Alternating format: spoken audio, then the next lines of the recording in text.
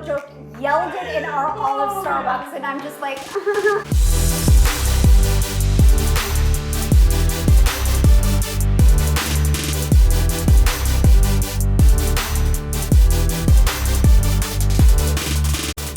If you don't know who Candace Cameron Bure is, perhaps you know her famous character, DJ Tanner, from the popular 80s and 90s sitcom Full House and now Fuller House on Netflix.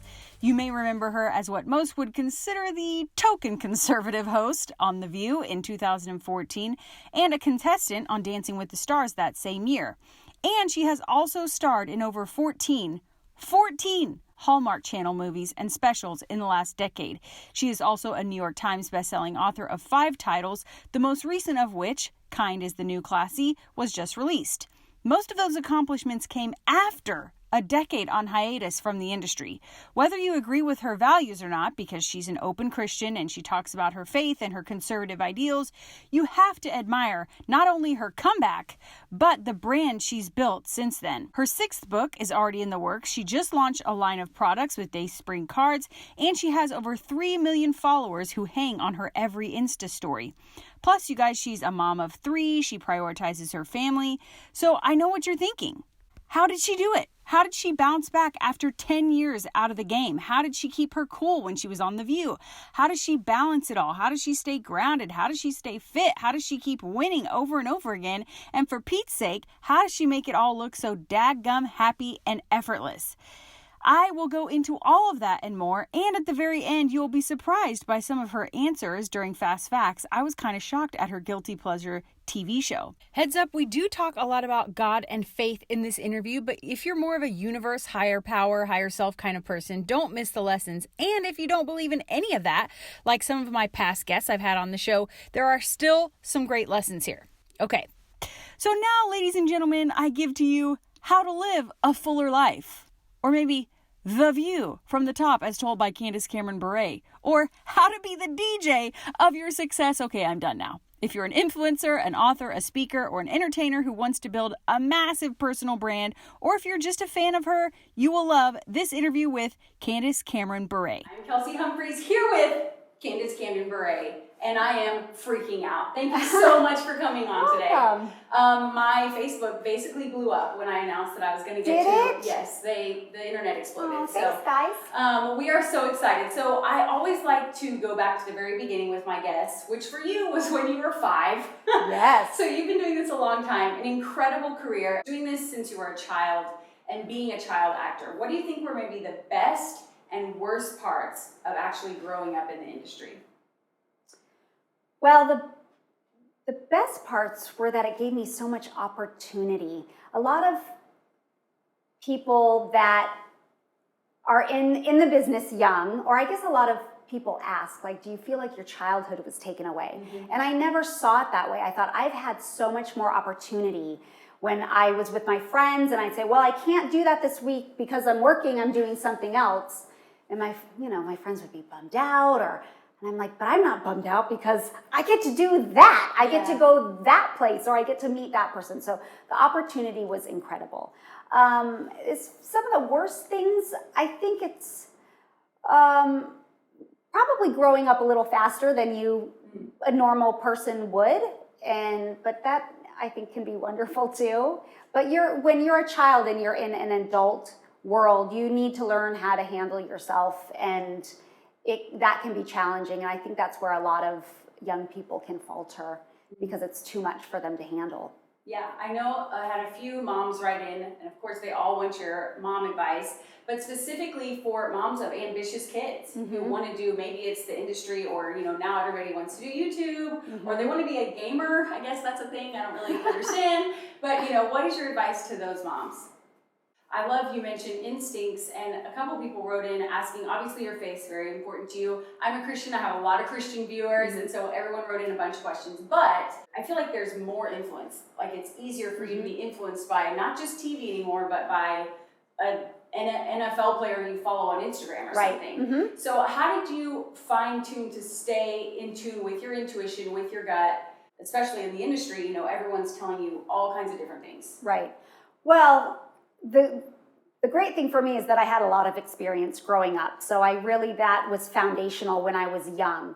And I took a 10-year break to raise my kids at home. And when I came back into the business about 12 years ago, it was so very different for me because I was now a grown woman, a mother. My faith had grown so much over those 10 years that it's advice I give to a lot of people that are, no matter what you're doing, no matter what business or industry you're in, is to know who you are before you go out into it, because the world and the culture will try to tell you who it thinks you should be.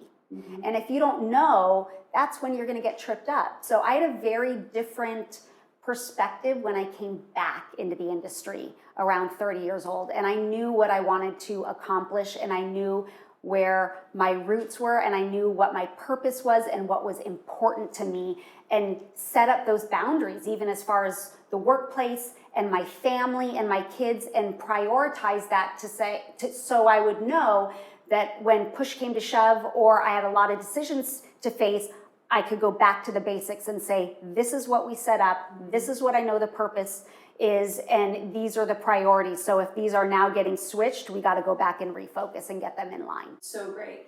You mentioned the break. That's a really interesting part for me, because I know we have a lot of entrepreneurs watching, or a lot of people who have like a big dream, and a lot of people who have put everything on hold for their kids. I feel like if it were me, coming sort of back, I would have maybe feeling insecure. Do I still have it? Can I still pull this off? And mom guilt on top of that. For me to dig into that a little bit, you talked about turning things down. Like, how did you know, no, this is not for me, versus just your priorities? Because obviously you had some things morally you weren't going to do.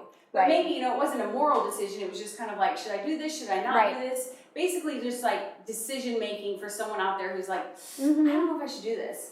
Yeah, well, listen, I'm a Christian. I take everything in prayer and I take it to God first, but especially when you have a family, that has to work for your family. So it's not without discussions with your husband and even your children, and depending what ages they are. I mean, obviously you're not going to have your 4-year-old make the decision for you. That's really good advice. This will pass, guys.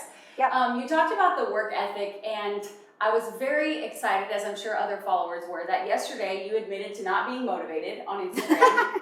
She had a break. She spent it on her couch. So she is normal. I did. Yes, I am normal, but it really was weird. I just go. It was a little weird.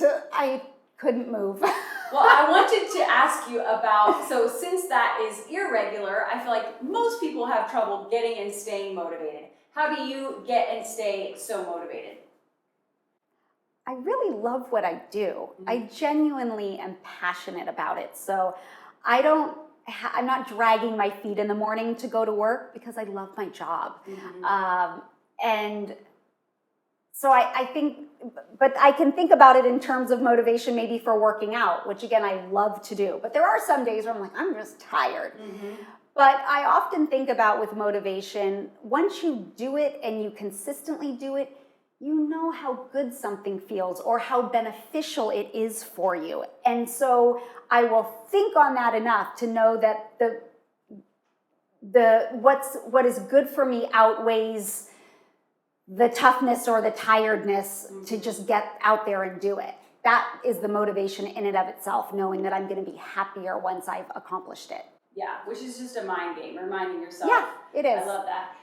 We have so much to dive into, from you going from actress to like this mega brand that you are. But first I want to touch on the new book before we get to these fun goodies here.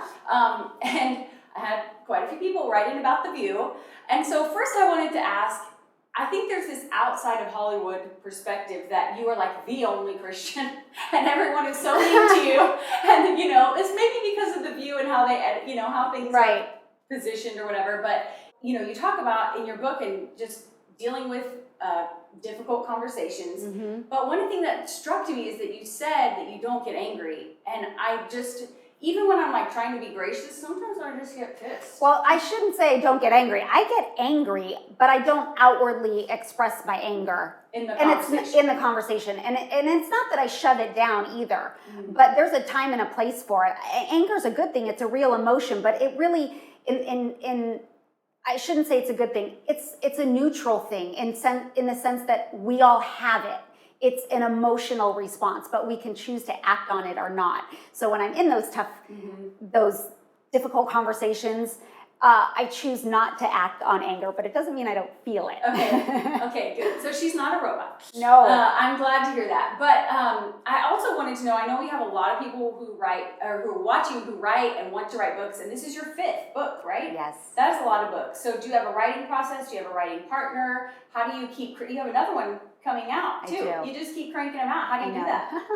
Yeah. You mentioned finding these pockets of time, and you wrote a book on this, but I thought you might just want to talk about it again on what balance really looks like for you. And moms out there, there's a lot of people who watch too who are moms and they have a network marketing, so maybe they do Mary Kay or one of those, they're trying to build some side income and help support their families, and they struggle with balance. I know because they write in. So what is your advice about life balance for them? There are seasons for everything. I think you can do it all, just not at the same time. But I really think that, especially if you're working and you have kids, is to be present at that moment with whichever one you're doing. So it is hard to work at home. I've done that. But when you're kind of trying to take care of the kids or kind of talk to the kids, but you're trying to throw in a little bit of work, it's hard. And so if you can really dedicate your time when you're working and treat it like a job, even when it's at home, to say, I dedicate these 3 hours or 4 hours I have.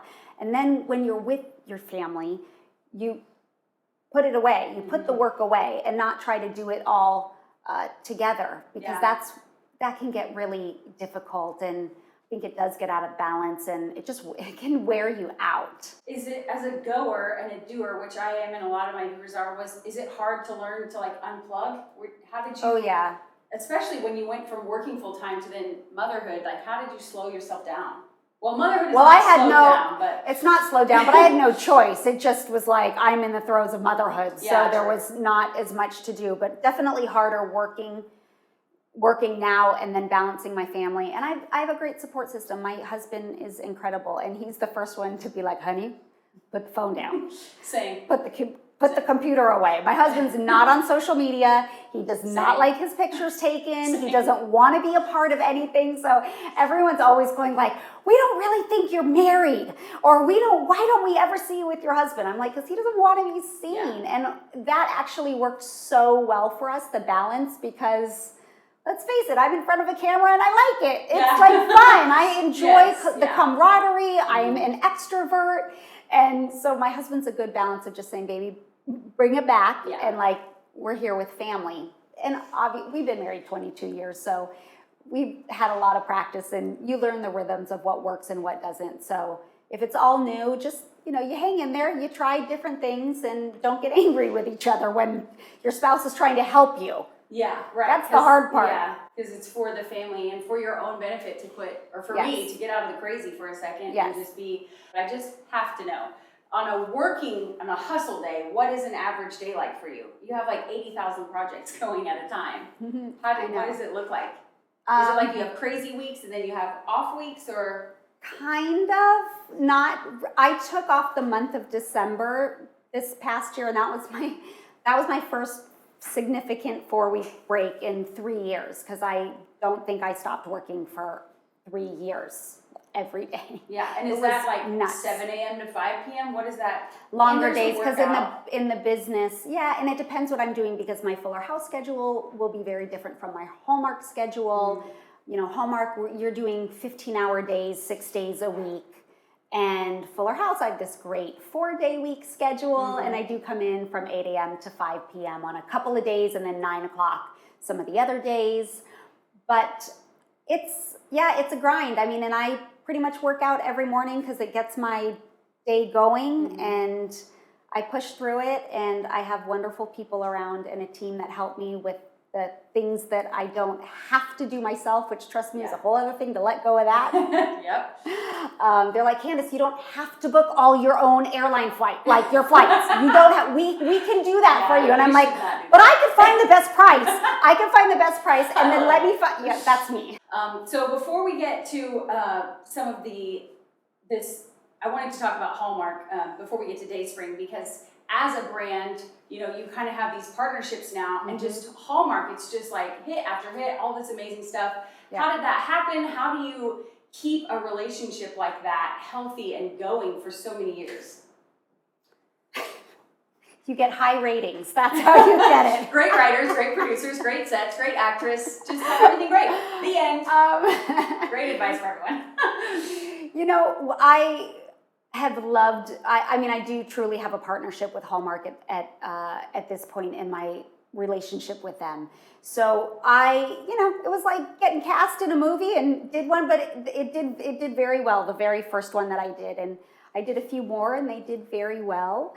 And so it's our brands line up, and that's why I've loved working with them, because they are all about family values. They are wholesome entertainment. You are not going to be surprised or nervous to have your children watching it. And every choice that I've made in my career is to line up with brands or networks or producers, projects, whatever it's been, that fall in line with those things. So that's been an intentional career choice on my part. And so Hallmark has been a wonderful partner. And at this stage, I've been working with them for 10 years now, but now I have my production company. So all of the movies that I do, I produced and star in them, but it's a bigger relationship than, you know, the Christmas movie you see every year or the mystery series that I have on there. There's more behind the scenes, and it's been incredibly wonderful. How does that change when you have the production company and you then become producer? Well, I get to make a lot more decisions and have a lot more creative say and control in everything that I do, which Hallmark, I trust them. They would never make decisions that are outside of that, but I've been working a really long time, so I was never satisfied just being an actress. I love being an actress, but there's so much more it's a hard word. I'm not going to say that word. Entrepreneurial. You said oh my it. There goodness. You go. Spirit in me that I've been doing for a long time. So I've wanted to grow my career in other arenas. Like Dayspring. Like Dayspring, like writing. So cute. In a world divided, multiply kindness. That has little X's, you guys. We'll show close up. This stuff is so cute. How did this happen? You. Well, so based on my new book, Kindness the New Classy, I wrote that, and then I have developed a partnership with Dayspring. And this is the very first launch, and this is just a very small collection. Yes, this is a small piece. A small piece of what's to come with Dayspring. So this coincides with my book. So we have all these products about kindness, and it's just a way to spread the word and be a reminder. We have little scripture card shareables and beautiful thank you notes and phone cases. I have it on mine, and t-shirts and all that. So it's from paper products to home goods. Okay, so now we have to talk about what's really important. Boris.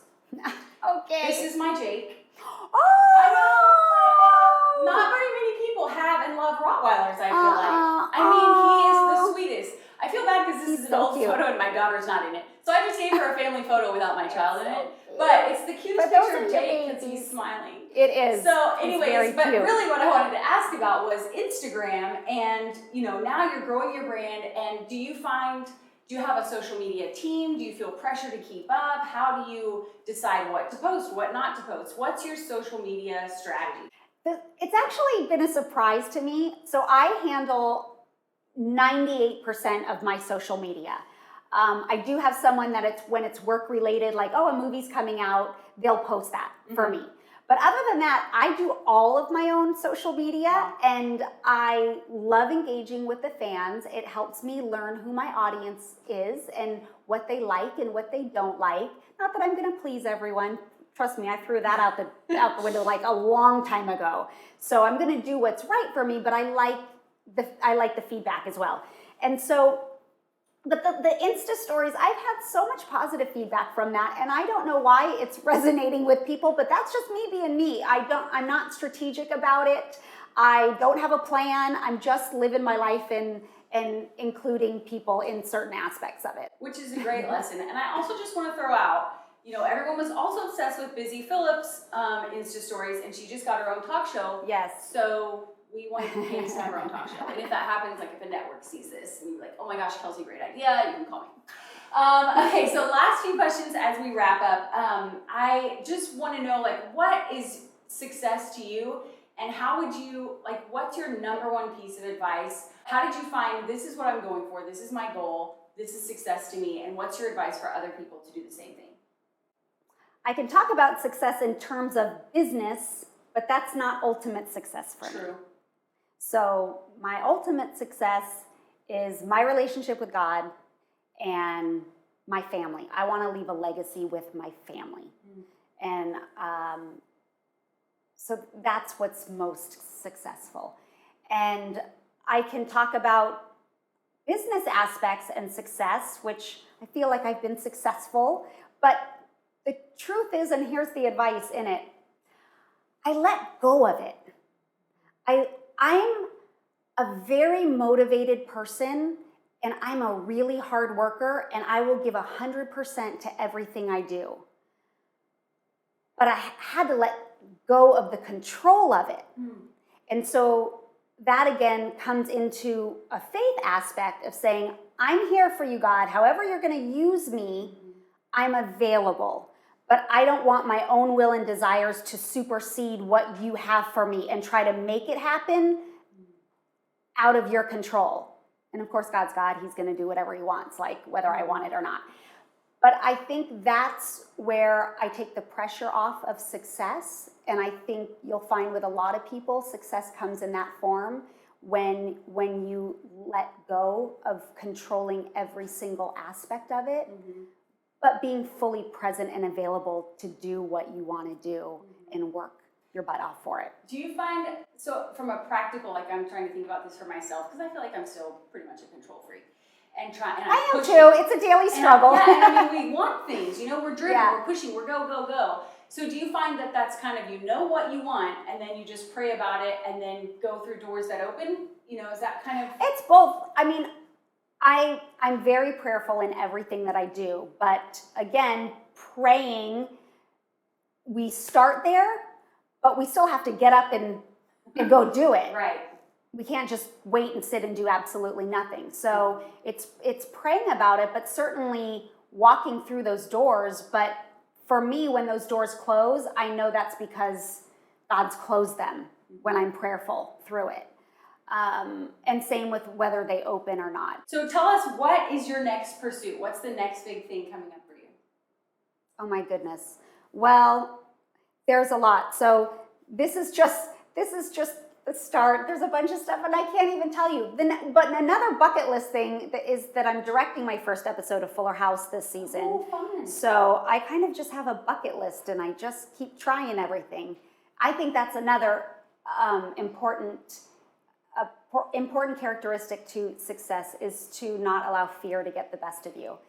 So I'm kind of scared out of my mind to direct, but I'm going to do it anyway because I want to try it, and you never know. And so fear stops so many of us, and but sometimes you got to push through and do it. So I'm trying that. That's going to be a new big step for me. Yeah, I love it. Well, thank you so much. This has been so great. We will be right back after this with Fast Facts. All right, guys, I know there's a lot that we didn't get to cover in that short interview, so I have some more coming up for you from my research, her interviews, her books, other stuff that I've watched and listened from her, so that's coming up. But first, I wanted to ask you, if you're enjoying this interview, if you would show some love. You could give it a thumbs up, you can take a screen grab and give me a shout out on Instagram. You can share it with a friend who you know will love it. The Kelsey Show is brought to you totally free for two reasons. One, I work my face off as a motivational entertainer. I'm an international keynote speaker. You can actually book me to speak at your event, your conference, your meetup, your book club, your kid's baptism. I'm here for it. Just go to kelseyhumphreys.com. There's a link there on the homepage. And two, viewers like you who support me by buying my books and limited edition swag and all that kind of stuff that can be found on the shop page. Again, just go to kelseyhumphreys.com and you'll find it there. Let's get to the goods on how we take insights from such a super successful person and apply it to our, everyday lives. So here are my top few keys to success for the rest of us. from my interview with Candace Cameron Bure. Number 1, figure out who you are. Guys, you can't have guiding principles and become aligned and feel like everything's coming into place for you if you don't know what you want, who you want to serve, how you want your life to look. For advice on how to figure out things about yourself and become more self-aware, check out my other interview with Gretchen Rubin. We talked about that a lot. So figure out who you are in order to do number 2, which is to determine your priorities and let them be your guide. Find your lines that you won't cross. Find your key standards in life and stick to them. Number 3, take risks. Guys, she was barely back on the scene and she decided to go on The View, which obviously took her visibility to the next level, but that was a risk. I mean, that is a risky show to go on. You know, there's always press about whatever the host said the next day, and of course she was in the minority most of the time. Plus, by doing that, she put herself as sort of a Christian poster child in Hollywood, which is a lot of pressure. But the risks paid off for her, so don't be afraid to take risks, and remember what she said later on in the interview about how you cannot let your fears hold you back. Number 4, be patient. I love how she talked about the temptation to sell out. No matter what you're doing, you guys, what your career, what your goals, we all have the temptation to sell out over and over and over again. And instead, we have got to choose to stick with our convictions. Number 5, think seasons, not balance. This is another one that a lot of my guests talk about, especially moms. If you are a mom trying to get your life together, or if you're trying to build a business, go to kelseyhumphreys.com/mompreneur, and there's all of my mom interviews in one spot. But again, guys, you can't think about having balance. Balance does not exist. Instead, think about seasons. Number 6, take ownership of your career. When things started gelling with Hallmark, she decided to become a bigger partner with them. So maybe you can ask for a bigger stake in whatever you're working on at your job. Maybe you could go for the promotion, take more responsibility. Maybe you could launch your own business or build your own personal brand alongside of your career like she has done. Number 7, learn to let go. Ooh boy, this is a hard one for me, but I am really learning to embrace an abundance mindset, which is what she talked about when she said she would have to turn things down and just trust that what was meant for her would be around the corner. So if you are a struggling control freak, like a lot of driven people are, try and figure out how to let go of some of that. A great interview resource on this specific topic is my conversation with Devon Franklin. You can go to kelseyhumphreys.com/Devon Franklin to watch that one. Number 8, stay authentic. Guys, she is herself because 1, she figured out who she is, but also she's just doing her. And I think that's key to her success. Number 9, stay grateful. This comes up over and over again. These successful people have a gractus. That's a gratitude practice. So find something you can do every day to stay grateful. For her, she talked about being grateful for all the different things in her life throughout the interview. So that is important to success, to staying grounded and enjoying the journey. Now, some of the things we didn't cover: how does she stay fit? What are her health habits? Obviously, you guys, she is holding herself to a higher standard than most of us, because she explained in one article that if you look a certain way on TV in one show, they expect you to look that way for your next job and your next job forever. So she has to maintain her figure, which pushed her to have an eating disorder in her late 20s, which you can read about in her past books. Now, shocker, she eats very clean, mostly vegan except for some eggs and fish, no dairy, but I do see her post about dark chocolate every so often, so she must have some cheats here and there. Guys, she works out for an hour, 5 days a week if her schedule allows, and that includes cardio and HIIT training, and she also does intense 2-hour workouts with her trainer friend, Kira Stokes. I hope you are encouraged by this like I was, because guys, we cannot expect to look like celebrities unless we're putting in that level of commitment.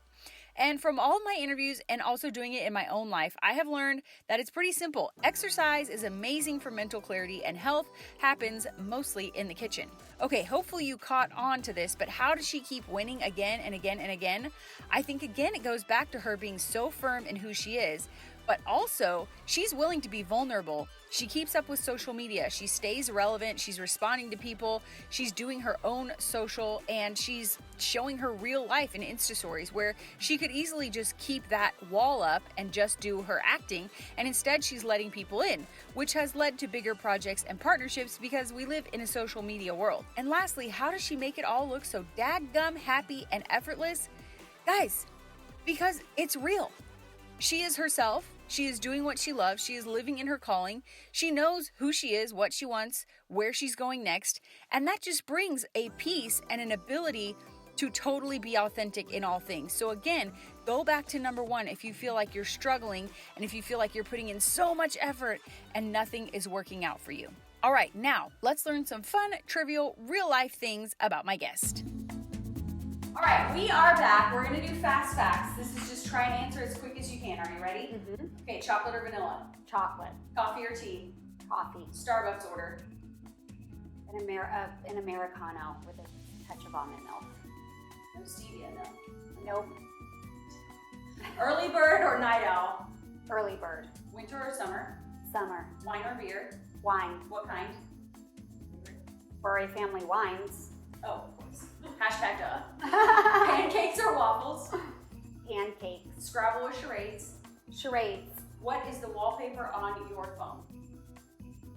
Oh, the wallpaper? So that's the inside. That's Well, when you're like on the screen. It's a picture of me and my husband, Val. at the beach. What is the last thing you remember Googling? Bathing suits in the car ride over here. We were Googling bathing suits. It's that time. Yep. Recent book you read? I'm reading 2 books right now. I'm reading Untangled, which is about raising teenage daughters. It's great. And another book called Walking with God by John Eldridge. Favorite book of all time other than the Bible? Goodness. I know, honestly, I don't think I can answer that. So many good ones. Okay. Pilgrim's Progress. I think that one's probably my favorite. Or Redeeming Love by Francine Rivers. Ooh, Redeeming Love is up there for a lot of people. One word you're guilty of saying too often. Dude. I don't think you said that once during this interview. I usually don't in my interviews, Yeah. but in my real life, I call everyone dude. They're like, they just seriously called me dude. Who is the last person that you called or texted? My daughter, Natasha. You need to pick up your brother from school. Last awkward situation you were in? I know, Starbucks. Got some people off camera giving some notes here. It's Starbucks on the way over here because the ladies behind the counter recognized me. Of course. And then they get a little stunned. And they're like, oh, you're... And then the guy behind us in line went, Candace Cameron from Fuller House! Like, literally, no joke, yelled it in all of Starbucks. And I'm just like, I just want to crouch down. Do you feel like you can never go anywhere? Does that happen a lot in LA? It happens a lot, but which is fine, but most people are more chill about it. So when they're just like, hey, I love your show, or hey, are you Candace, or whatever. But when someone is really loud and then announces it, to the whole place, it's embarrassing. So that was a little That is awkward. embarrassing. Last vacation you took? I was just in Switzerland with my husband. Hobby? If you have one. Shopping, is that a hobby? It can be. I feel like it can be. What is a bad habit you're trying to break?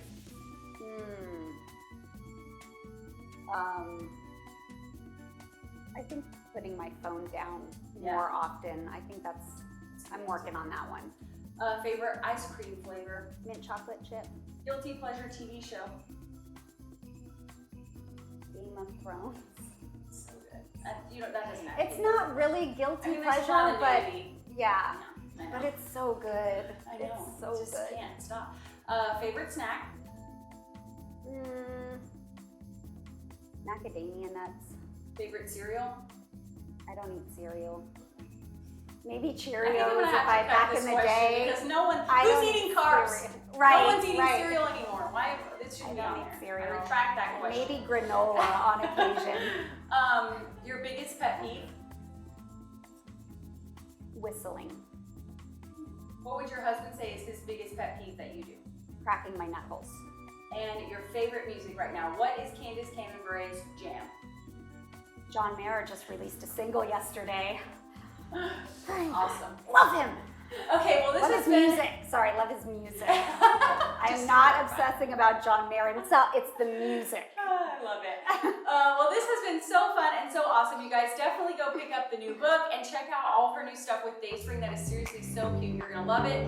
Thank you. You're welcome. That was wonderful.